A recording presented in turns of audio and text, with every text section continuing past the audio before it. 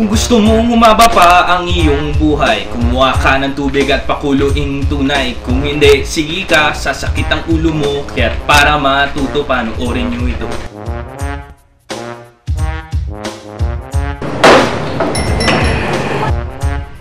Bebang, tubig! Sandali yan, di magpapakulo pa ako! Anong kulo-kulo? Nakakalimutan mo na ba kung sino kausap mo? Si Boy Brusco yata to. Kilabot ng estero. Sandali yan, tayo-tayo mo na lang! Ako na nga lang kukuha.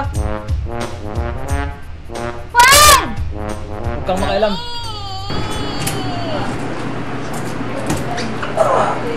Okay ka lang?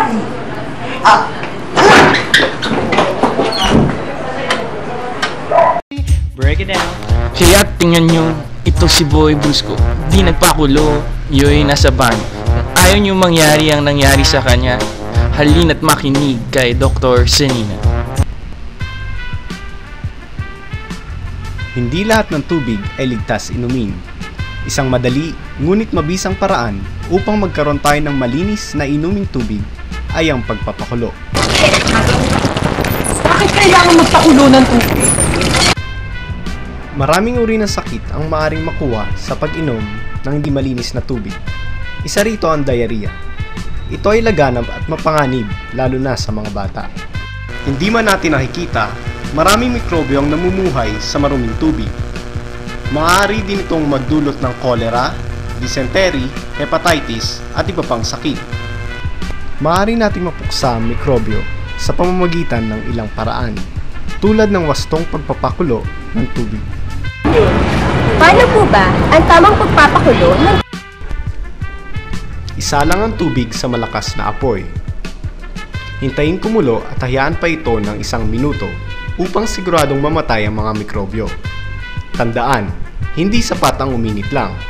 Dapat kumukulo ng 1 minuto ang tubig. Doc! Paano po ba ang tamang pagsisilid na napakuluan ng tubig? Maaari pa ring madumihan ang napakuluan ng tubig. Kaya dapat siguraduhin malinis ang paglalagay nito. Dapat may takip at malayo ito sa alikabok. Iwasang hawakan ng kamay ang tubig at maging maingat sa pagsasalin nito. O yan, ngayong napanood nyo na, siguro naman marunong na kayo magpakulo. Kaya kayong lahat, sumama na kayo. Mag-init ka ng tubig. Huwag na cool! Huwag na magpa-cool! Init ka ng tubig! Huwag na cool! Huwag na magpa-cool! Init ka ng tubig! Huwag na cool! Huwag na magpa-cool! Init ka ng tubig! Huwag na cool! Huwag na magpa-cool! Cool! Kaya kayong lahat, huwag na magpa-cool! Magpakulo!